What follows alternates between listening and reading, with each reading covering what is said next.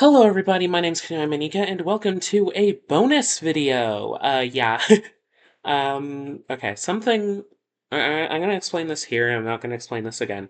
Something I want to do with some of my larger form videos is try to make a bonus video. I won't be able to do this every time, I don't think, but, I want to make a bonus extra little fun time bullshit video, that will go here on the second channel, the Kanohii's Side Orders. Um, yeah, I whenever I do a higher production like toy video on the main channel, I want to do something a bit more fun over here, a bit more lackadaisical, I guess.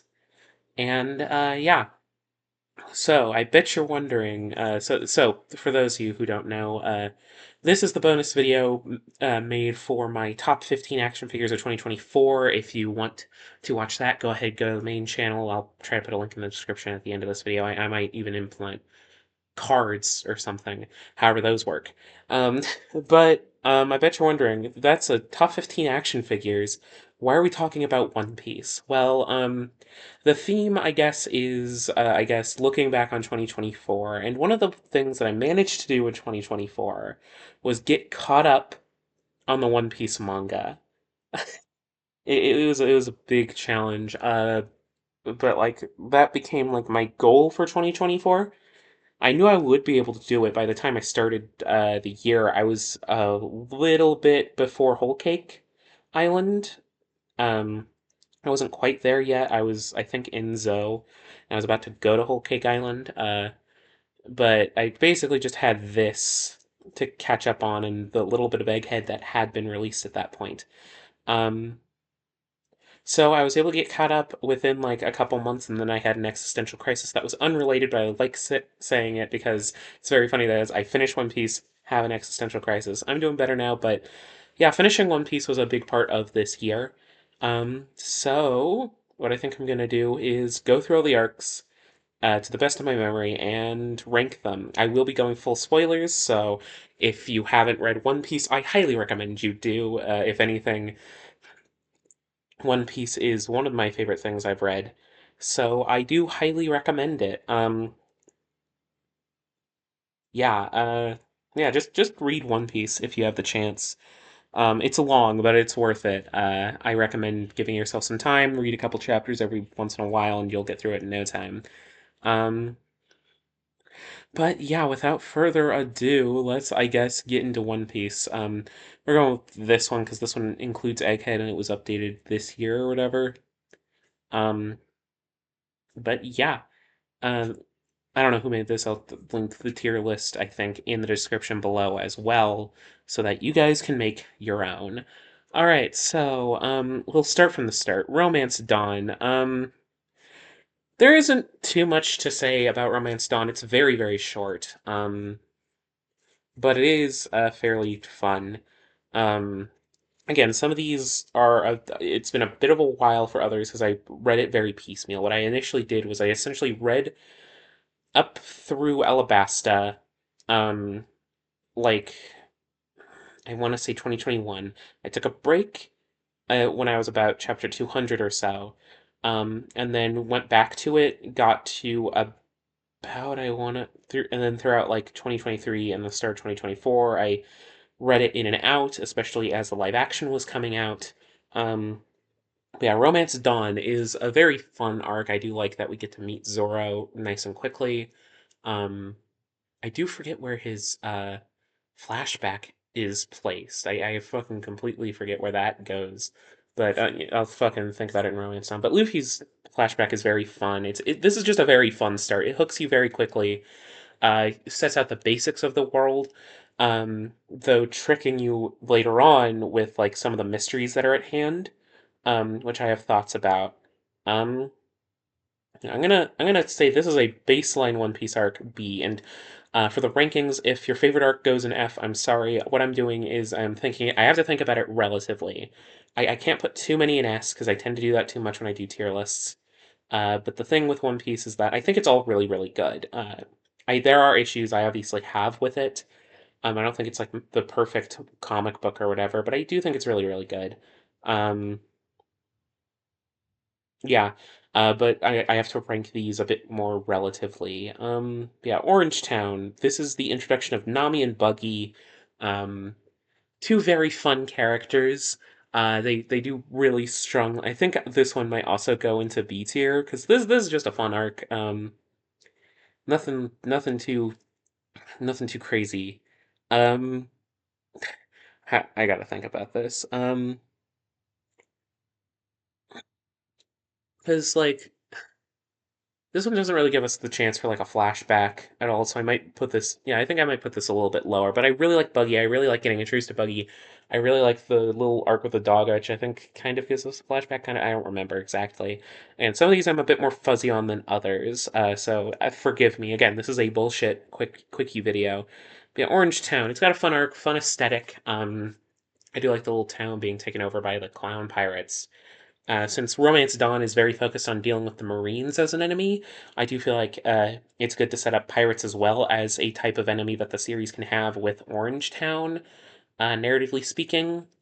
Um, but yeah, um, I think Orange Town goes into C tier. It introduces a lot of characters I really, really like, but it doesn't quite play with them as much as we will see later.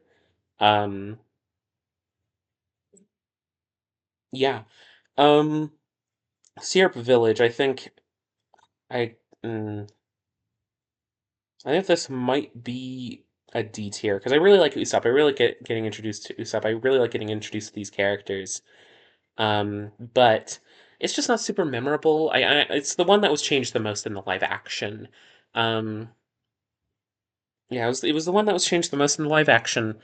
It was the one that um is the least memorable. It has some fun stuff. I do really like Usopp. I don't know if he's my favorite guy. Um, yeah, I don't think he's my favorite Straw Hat member, but yeah, I think it's fun. I think it's really really fun. Um, Again, a lot of One Piece is really really fun. Um, but like yeah, um, again, bullshit video. I'm sorry, I'm not being very coherent, but Syrup Village. I'll get more coherent as we get into some of the bigger arcs. Yeah, Syrup Village is fine. Kuro is fine. I like his fun little glasses thing. It's a fun little bit. Yeah, D tier. Baratier, I think this is our first A tier. This one has so much interesting stuff. Like I think it'll probably get bumped down through A tier as we go on, but like I think this feels like a bit like where One Piece really hits its strive a little bit. But like, yeah, I think that Sanji's introduction is one of the strongest character introductions. In part because like Nami, we haven't technically gotten introduced to her narratively speaking. We've met her and she's joined the crew, but like her introduction is Arlong Park. Um, but Baratie introduces us to Sanji in a very fun way. It shows his character very well. It's an interesting setting, the fucking chef place. It's got some really neat fights. I think Dung Creek is fairly fun, if a bit boring, but Mihawk showing up it makes it more worth it. The Mihawk fight, as everyone has already said about One Piece, the Mihawk fight is awesome. Very smartly done on Oda's part. And yeah, Baratier, very fun, very good. Yeah, I think Arlong Park also has to go into A tier. I think I put it over Baratier because I feel like it's just a nice conclusion. Nami's arc is, of the first five, the most compelling. Um, Again, because I think Oda really spreads it out throughout the East Blue saga, uh, which is like these arcs here. Rogue Town kind of counts, but like it feels like essentially like a dip before we jump into some of these bits. Um, but like Arlong Park is really well thought out, really well set up. It's got a fun villain. It's not necessarily my favorite, and I do worry that A tier is going to fill out pretty heavily as we go through. Um, yeah, Arlong Park, it's very much held up by Nami's backstory, which I think again is the strongest of the of the Straw Hats. It's again mainly because it's so well set up throughout all of this. We're not really sure who Nami is, and then we learn about her backstory. We learn about her relationship with Arlong, um, and like all the like trauma and whatnot back there, and then she feels a lot more fully integrated into the crew, even though like she's been integrated into the crew before. It's a whole thing. Similar thing happens in a later segment, which we will get to later. Um, but yeah, Arlong Park very strong. Arlong's an interesting villain who gets built up later in interesting ways, but works as a very strong like bruiser, beat 'em up kind of villain with some interesting abilities that aren't necessarily like devil fruit abilities. Um, yeah, it's just overall very strong, and this is really where I think you really One Piece really starts to hit its stride at Arlong Park. Though I think I gotta put Rogue Town B tier. It's very similar in my mind to Romance Down. It feels very setup-y. It feels very like preparation-y. Like this final like denouement before I don't know if I'm using that word correctly. The final denouement before we hit the grand line. Just this final like reflection on essentially where we've come uh, and where we are about to go. Since like the whole Roger stuff technically started here.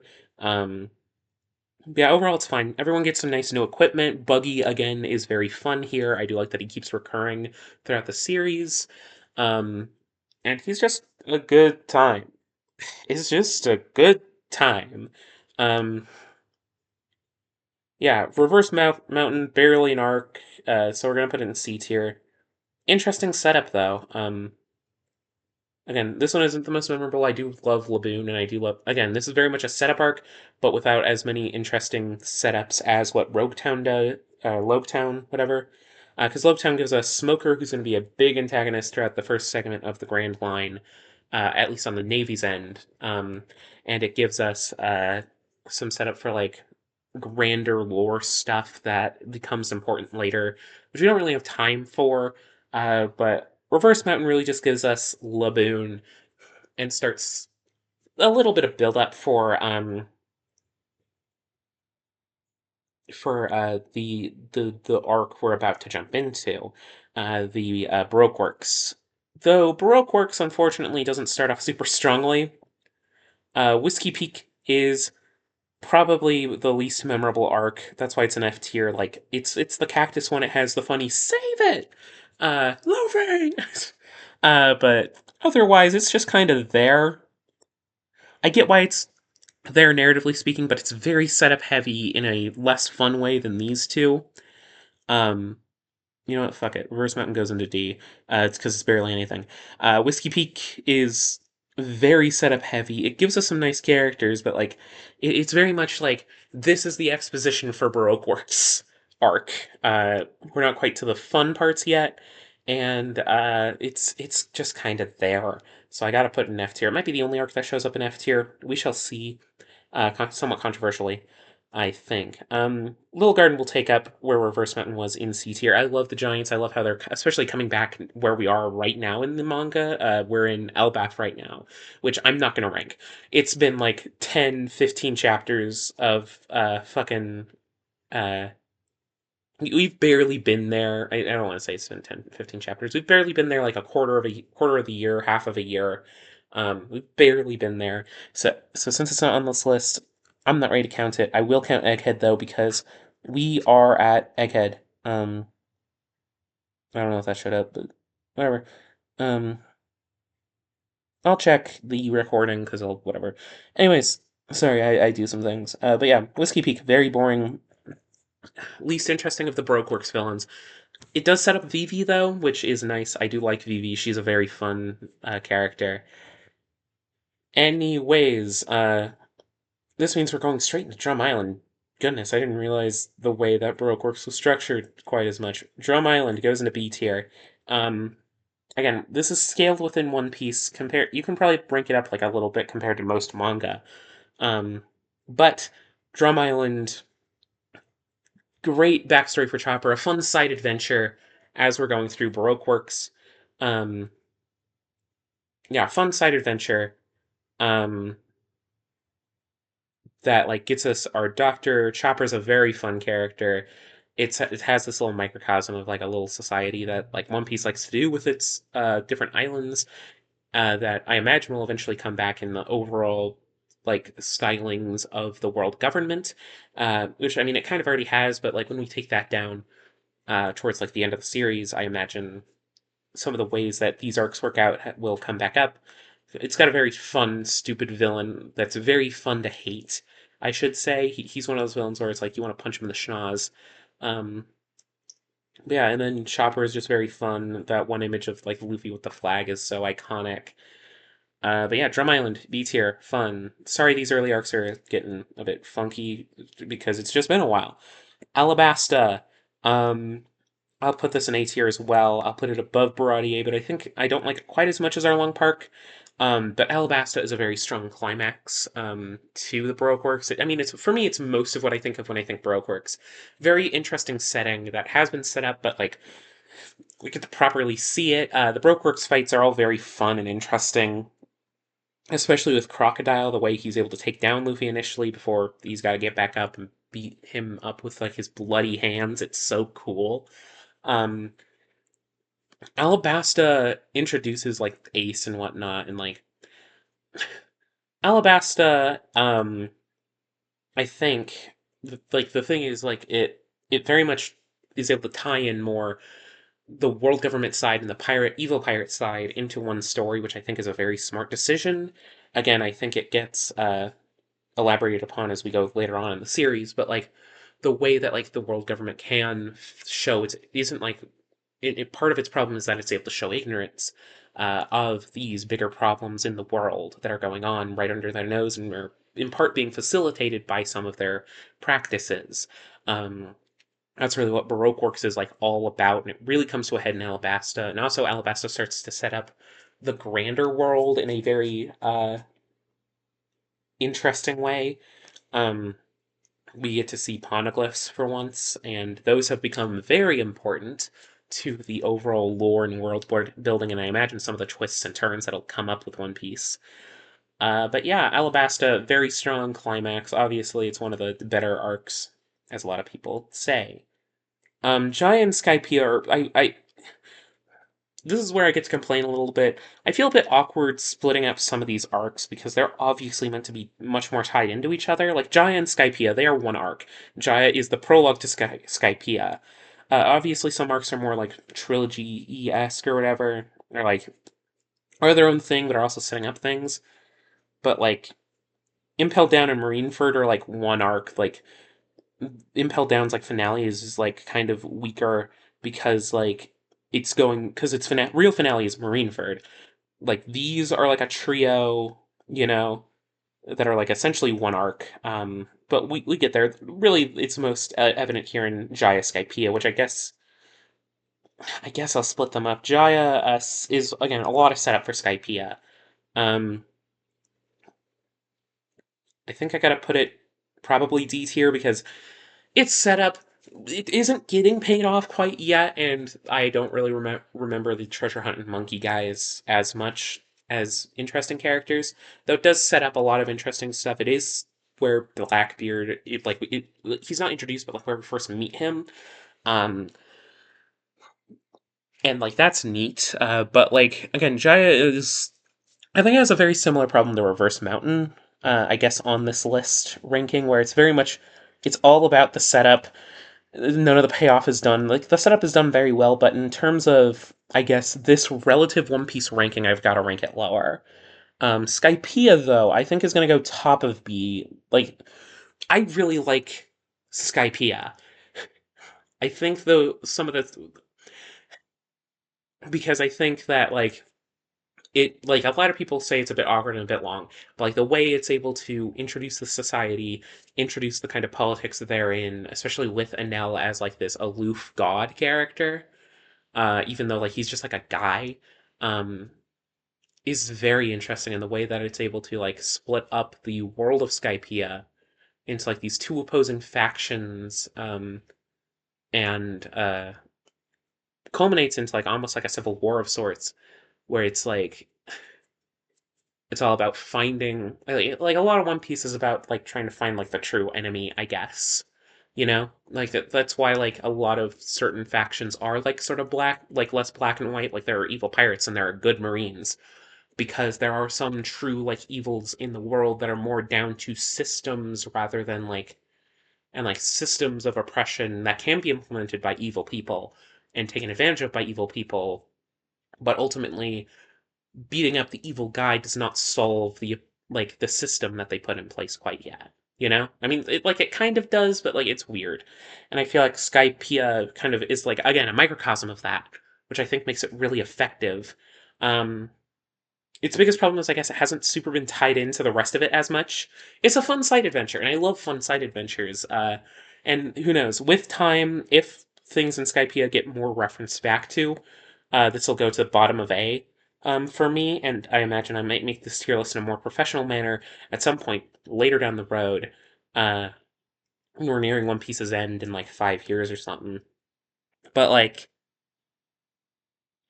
yeah, Skypiea, top B, very strong arc. Not perfect, very strong, but again, I gotta think. Because like I really want to put a lot of these arcs into S tier, but like I gotta think fucking relatively. Anyways, Long Ring Long Land. I'm gonna be controversial. Put it in bottom of C.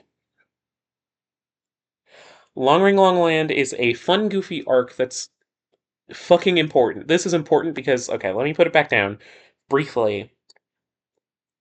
People always pair off Water Seven and Enyu's Lobby as like this duology of sorts, which like yeah, their stories are tied together. With Post Enyu's Lobby is like an epilogue. Long Ring Long Land turns it into a trilogy. This is a trilogy about like the value of the crew as a unit. Long Ring Long Land is the introduction, the setup. Long Ring Long Land uses the Davy back fight to essentially set up in the viewer's mind the importance of the crew as a unit, including the ship, including every member of the crew, and including, crucially, Robin, who up to this point didn't really have time to breathe. She just kind of showed up on the ship at the end of Alabasta. She just kind of inserted herself, and then for a lot of Skypiea, a lot of the crew is very split up.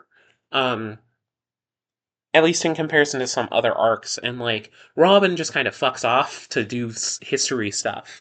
So like you don't really feel like she's a part of the crew. So it's very important that in Long Ring Long Land we set up with the importance of the crew being together and set up the importance of Robin being a part of that for these two arcs, Water 7 and Enyu's Lobby, which I have to rank together. I'm sorry, they both go into S tier. I guess we'll put Enyu's Lobby in front of Water 7 because I kind of think of it as the Enyu's Lobby saga.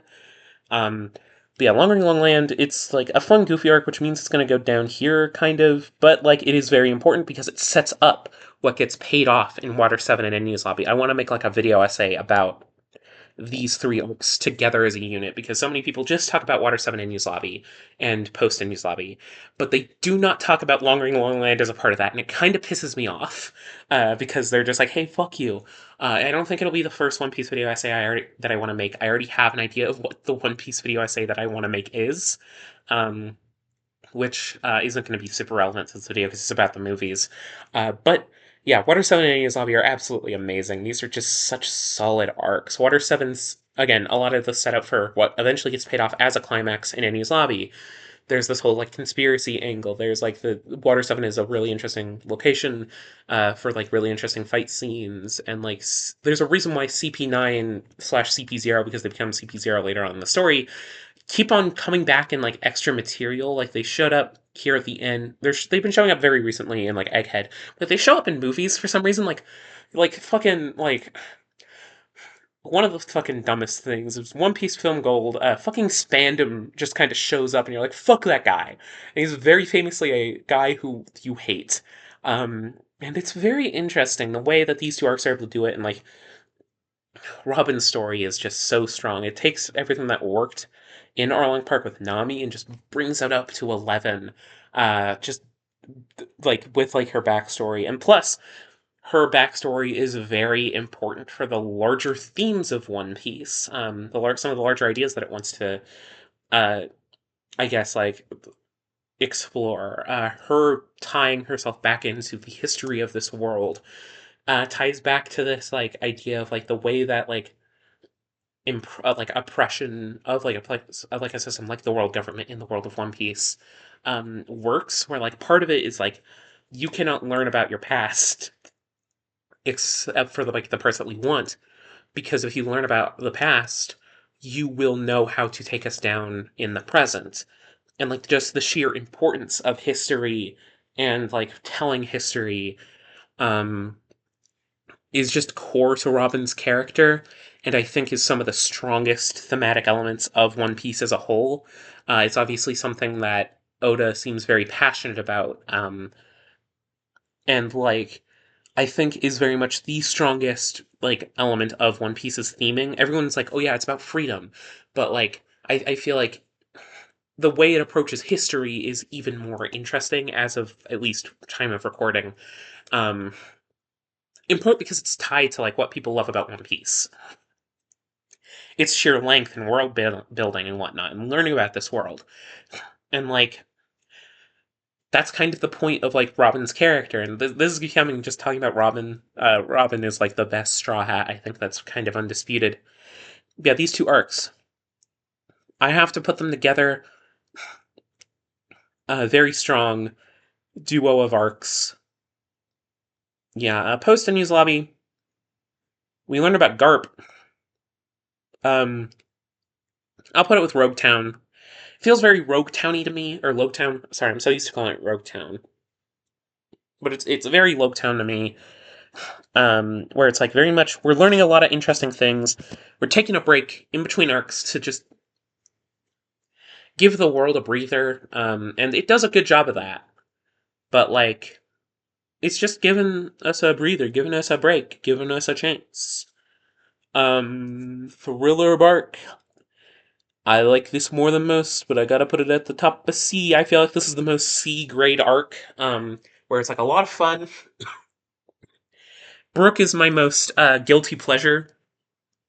Um, Straw Hat, I love silly skeletons. So of course I like Brook, even though he's like a bit of a piece of shit sometimes, and I hate him. But Brook is a very fun character. Thriller Bark just kind of has good vibes with its like gothic setting, and like it's got a lot of funny gags. To me, this is like the peak of the kind of stupid dumb arc, stupid dumb side arc. Um,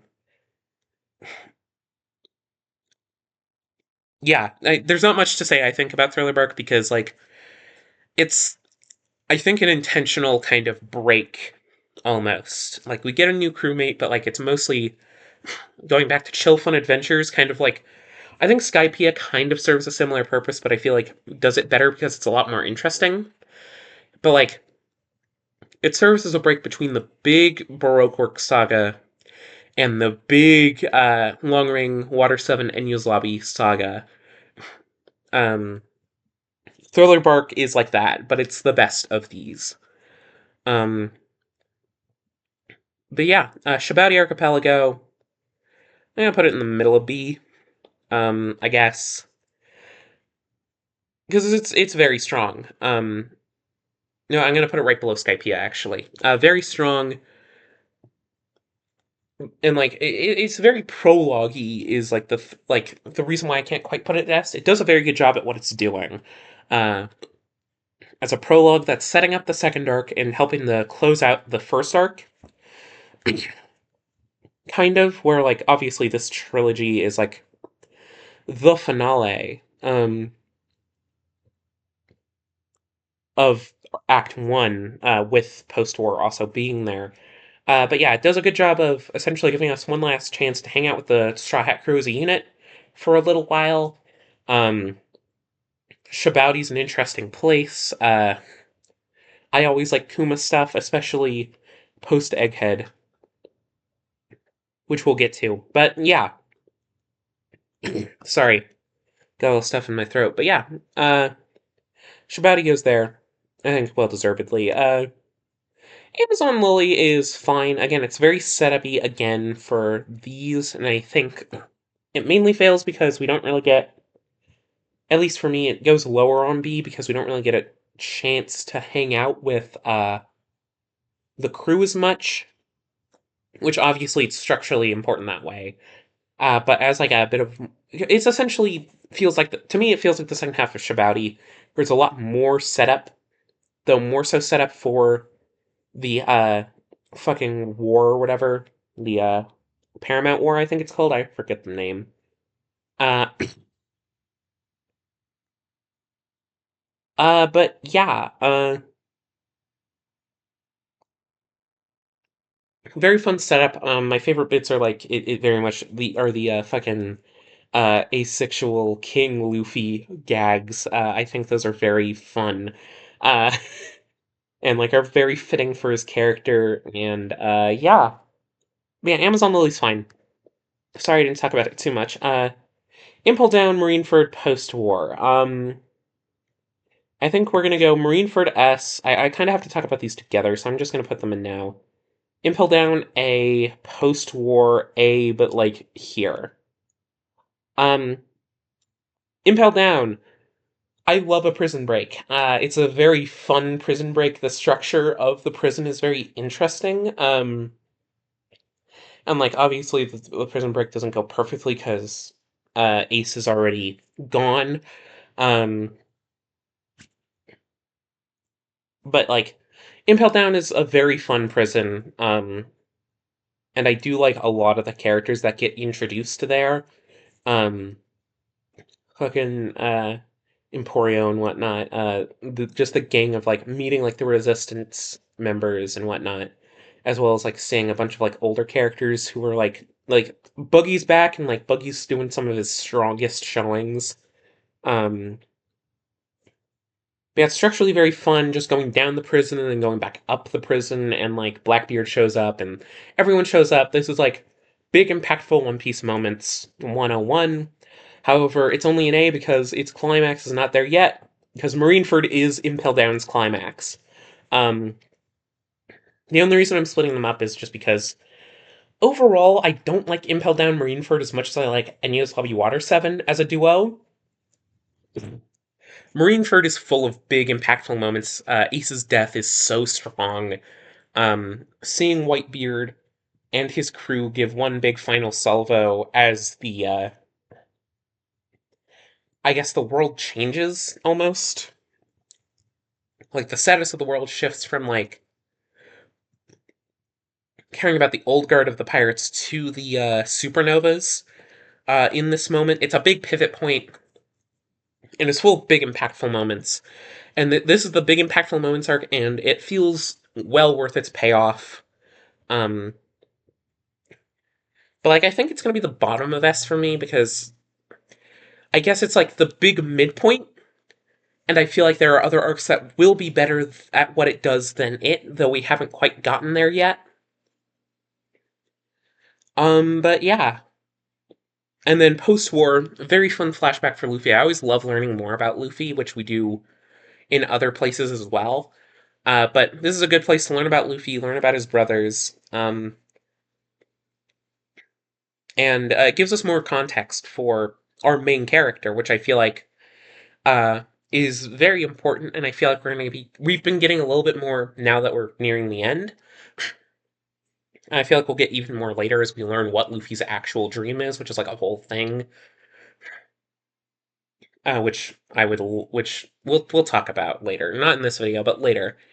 But yeah, um, I'm gonna put Return to Shabouti with Amazon Lily, and Romance Dawn. It's the Romance Dawn of this second arc.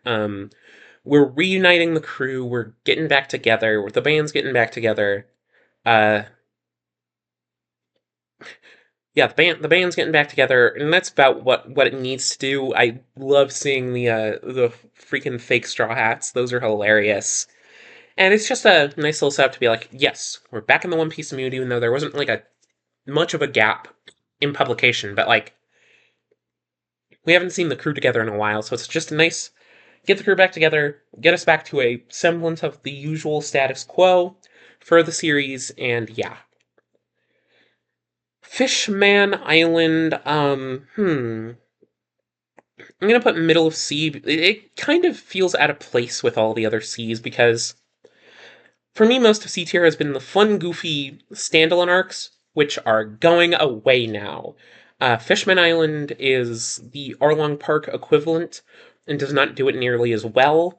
Um, this is down here. It would be in B if it wasn't for Sanji. I hate Sanji in this arc. He fucking sucks.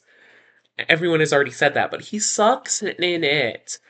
And like it's got some really interesting stuff going on. Some really interesting stuff, I think, with like Fishman politique or whatever, which is very interesting to chew on. And like it's not done 100% perfectly, but like I think it's really interesting and really like a lot of some people have made videos on it, which I'm not going to link in the description. You got to find that shit because I don't remember who exactly did. But yeah, Fishman's got some really interesting stuff that I think could have pushed it into B, similar to Skypiea. But there's just so much weird, awkward stuff that I gotta push it down to C. Not quite under the C, Badoon Ching. But yeah. Anyways, we're breaking up C even more because we're putting Punk Hazard there as well. I like it more. Actually, we'll put Punk Hazard as bottom of B, actually. Um, it is the start of the Take Down Kaido arc, which is basically what One Piece has been, what One Piece was over the course of like a decade, up until Egghead. From Punk Hazard to Egghead, or from Punk Hazard to Wano, um, all of the story was focused on dealing with Kaido and all of the implications of that, which has been like freaking absurd. But I think it overall is very well done. Punk Hazard is a decent um, start to it. It introduces some of the concepts that we'll be going over pretty well, um, as like a very pirate focused antagonist or whatever. Um, it's just very bloated. It kind of overstays its welcome. It's fun. It's not the most memorable, but yeah, it works. I think. The only reason I say this is because Dressrosa's top of A. I think this is my big controversial opinion. Dressrosa would go in S. Fuck it, this is my list. Bottom of S is actually Dressrosa, not Marineford. I fucking love Dressrosa. I think it's better Alabasta. I think it's so much more like thematically cutting, making Doflamingo the villain, having him be this guy who's like he's a pirate, but like he was like a lot of it stems from his entitlement. Um, and as a former fucking noble or whatever the fuck the name, not a Gorosei, but fucking the dragons, the fucking whatever. Um, and like I think his backstory is really interesting, where it's like you're not sympathetic of him. I mean, you see it and you're like, I feel bad, but like I don't feel bad for what you've done, if that makes sense. And it's a very fine balance to keep that this arc somehow manages to do. Um, and I think it's just so smart, and like the way it's about like toppling this empire is very interestingly done, where it's like this big, powerful, like fascistic island with like this obvious like class structure, and again plays into that idea of the way that a lot of these power structures are kept in place. In part, comes down to removing knowledge of the past, and in the way that like the toy whatever magic works is that the people who get turned into toys are forgotten about, and I think it's just so smart. And then the way that it's able to portray that like these sorts of power structures are also very like finely tuned to the point where like a little bit of gunk in the machine is a bad sign. Because like by showing that Usopp is the one who ultimately leads to the toppling of Dressrosa, him making a stupid face, um, with that spicy candy or whatever, that spicy berry, is what ultimately does Dressrosa in, or at least leads to its impending downfall. Um, I think is just so smart, and I know a lot of people don't like Dressrosa, and that's why it's at the bottom of S. But God, I love Dressrosa so much. It is just such a compelling read, and then showing Luffy as like this really compelling leader is so smart. Anyways, Zoe is similar to Jaya for Whole Cake Island, but Whole Cake Island is a rank better than that, so we're gonna put Zoe a little bit higher because Zoe also helps to it helps to set up this whole new trilogy. Um, it's the long ring long land of these or of these kind of. Don't think about Reverie yet. Um, but yeah, Zoe is very middle of the. I'm gonna put it straight in the middle. I think, which we've already done. But Zoe, very fun arc. I do like meeting this animal society. Sets up Whole Cake by having fucking um Sanji gets stolen. Sets up Wano with all the samurai shit. Um, and I think it's just I think it's one of the better setup arcs. It's not my favorite. I think Shabouti does a better job of it. I'm gonna put over Rogue Town actually. I think Shabouti does a better job of it, but yeah. Um, anyways, Whole Cake Island goes immediately into A. But where? But um, I'm not sure if I want to put it above or below Alabasta. I think I prefer Crocodile as a villain slightly. But yeah, Whole Cake Island. It's the let's save Sanji's character arc, and it does such a good job of setting up Sanji and setting up his abusive relationship, or like his the way his parent, like his family, his father specifically, abused him, um, and like his siblings and his family, and like the way that like those family relations drag him down, and then he gets brought back up by his found family, which is the Straw Hats, and it's so effectively done. Um, Plus, it's full of a bunch of fun, weird imagery. Whole Cake Island is such an interesting place, um, full of like this like I guess like fairy tale candy aesthetic, which is so fun and interesting. Um, and like it's very good. Whole cake, eating the cake, and I do like Big Mom. I just don't think I feel like Crocodile's a slightly more interesting villain to me. I think his powers are more interesting. I think, or not more interesting, but more fun to watch or read. I read it. I read One Piece. Um, I I I do like Big Mom though. She is very fun, very interesting, very big and loud, and I like that in her character. And I find it interesting the way that she essentially takes ownership over her family and like the weird relationships within her family. The way that some people are more positive about it than others. Like Katakuri is a much would be a much better like I don't want to say this exactly, but like Katakuri I think is a much healthier relationship given his family. Um, where like for Big Mom, it's very much it feels a lot more ownership like where like she more so owns a lot of her family. And like the family dynamics is like a whole lot of the point of Whole Cake Island, and I think it does a good job of it. And I think contrasting the way that different people view their families and like want to have a family type relationship because like Katakuri works because like uh he has a much more positive relationship or like he cares for his family, but he doesn't necessarily take ownership of them in the way that I feel that like Big Mom does. Um and I feel like that's a good part of it. And like Sanji again is in that we're like the two oldest like parental figures, Sanji's dad and Big Mom, both like see like family as something that like they that like them as parents own. Whereas for the younger generations, they want it to be something where it's like more based around like those like communal relationships. And I feel like that's a very interesting dynamic that Whole Cake Island plays with.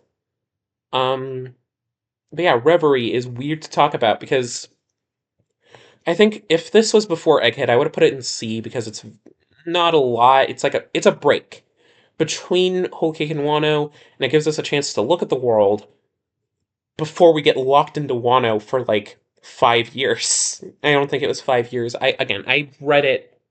I fucking blasted through Wano. Um, but I think this goes above Return to Shabouti because it gets elevated by a later arc and some of the stuff that arc does, because this very much feels set up, and then Wano happens, and then after Wano we're like, oh shit, uh, it gets paid off, but like this barely deserves to be here. I gotta put Wano below Whole Cake, but I think these are on very similar levels. Kaido's a much less interesting villain, but like he does a lot of interesting stuff. Wano is just so long, and there's so much to talk about. And like it doesn't pay off all of its stuff, but I do feel like a lot of its interesting revolution is done fairly well. Um, the laugh fruits are just so like interesting and so heavy, um, as like a thematic element, and like the way that like again like this kind of imperialistic fascist like dogma kind of eats people up and spits people out for like use like that, where it's like it is very interesting, I think, Wano. But like there's so much to talk about in Wano that it almost becomes too much. I love Gear Fifth. I think Gear Fifth is one of the smartest things I've ever seen, making Luffy this embodiment of like a warrior of liberation, and like having it be so goofy and fun in the wake of the kind of oppressiveness, like stark oppressiveness of like the world government, is so smart and so interesting, and like it's showing off that one of the again alongside like history, one of the things that like this series believes in is like bringing like hope and optimism against oppressive forces, uh even if it isn't immediately something that frees the world, as seen with like what we've been slowly learning about the Void Century, where Joy Boy failed, um through like this inherited well by passing on this kind of hope and optimism. Eventually something positive will come, even if you're not like the one who's able to like see it through to the end. And I think that's like what Gear Fifth is like very much setting up. um but yeah, Wano has its stumbling points. I've seen like, at least a couple people describe it as a bit of an anticlimax, and I feel like that's fair enough. I think it does it fairly well though. um it does feel climactic enough for ending off this like whole big saga from Punk Hazard to Wano, but it's not my favorite segment of it. um it's got a fun aesthetic though. I say all this, moving on now into the final saga, and like this looks like a fairly solid one. It's like, where's Egghead gonna go? It's gonna go right fucking here. Egghead is so good. I like I say this all this about Wano because Egghead is so fucking good. It split up Water Seven and Enya's lobby for me. Egghead is just this big fucking moment, this big pivot point where it's like so interestingly done. Like where like it's just like the slow collapse of like Egghead Island, and then also we get to see around the world as like different pieces are put in place for our different characters. We get to see a bit of the marine. It feels a lot like learning a bit about what Ace was doing, but in a more grander scale where we are learning more about what is happening in the world, and like as it feels climactic. It feels like all this, but also it goes back into what Enya's Lobby was doing with history again. I mean, it's referencing back Water 7 Enya's Lobby a lot, which I do think helps, but like also it is leaning back into those themes where like it's all about having information on the past and like learning about the Void Century. And like again, it opens up with fucking Emu's biggest weapon being um something that erases entire cultures, entire islands off the map, and then the world government erasing the knowledge of said island, of said history. And that is just such a stark, interesting start, and then it gets built upon throughout Egghead as we learn about what Vegapunk has been learning about, and some of the history around him and whatnot, and then like the whole conspiracy around which Vegapunk's the bad Vegapunk, and then like seeing Egghead slowly collapse as Luffy does stuff. First, him taking on Rob Lucci fairly handedly, or fairly quickly, and then seeing the Gorosei show up and having that be a tougher fight, but Luffy being able to make his way out, and then the Kuma Bonnie stuff is also incredibly strong. It's also in this arc, and again, we're like goes into Gear Fifth thing of like being like this like Joy Boy being this like shared myth essentially that brings hope to the like hopeless, those who are oppressed, and I think it is just so strongly done, and I think Egghead is very much going into what makes One Piece really, really work. So yeah, sorry if it was a bit of an incoherent ramble. That's kind of the point of this side channel video. This is my ranking, and S tier is a lot more ordered. I think they're generally kind of ordered based on vibes. But if you only want to do one ranking, these are my top 5 arcs, I guess, in this order. Enies Lobby is the best, then Egghead, then Water 7, then Marineford, then Dressrosa. Well, fuck it, Dressrosa goes above Marineford for me. Um, I know that this is my big controversial opinion. I love Dressrosa so much. But yeah, let me know your thoughts on One Piece down in the comments below. I would love to hear your thoughts. Also, if I do make that One Piece video essay I really want to make, let me know if it should go on this channel or onto the main toy channel. My main worry is that it might not fit in with the toy channel stuff. So it might fit better here, but this channel's also got a lot more bullshit, so people might not be willing to like watch it as much because it's like, oh, this is your bullshit channel. But this will be a high quality video. If it is a One Piece video essay, let me know in the comments below what you think, if I should pursue that One Piece video essay. It's got some interesting thoughts, mainly speaking on One Piece Film Red, so let me know about some of my analysis of that film, and the way it ties into Luffy as a character. So let me know if you want to hear about those thoughts in a video essay. Um, but yeah, I hope you enjoyed this little tier listing. Again, go watch the main channel video. That's when I put actual effort into. It's my top 15 figures of 2024. Go check that out if you haven't already, but if you have and you're coming here from there, thanks for checking out the side channel video. Thanks for subscribing. We actually recently passed on the main channel 200 subs, which is pretty crazy because we essentially just doubled from last year, which I was not expecting, but I am glad for nonetheless. And yeah, I hope to see you all at a later date. Bye bye.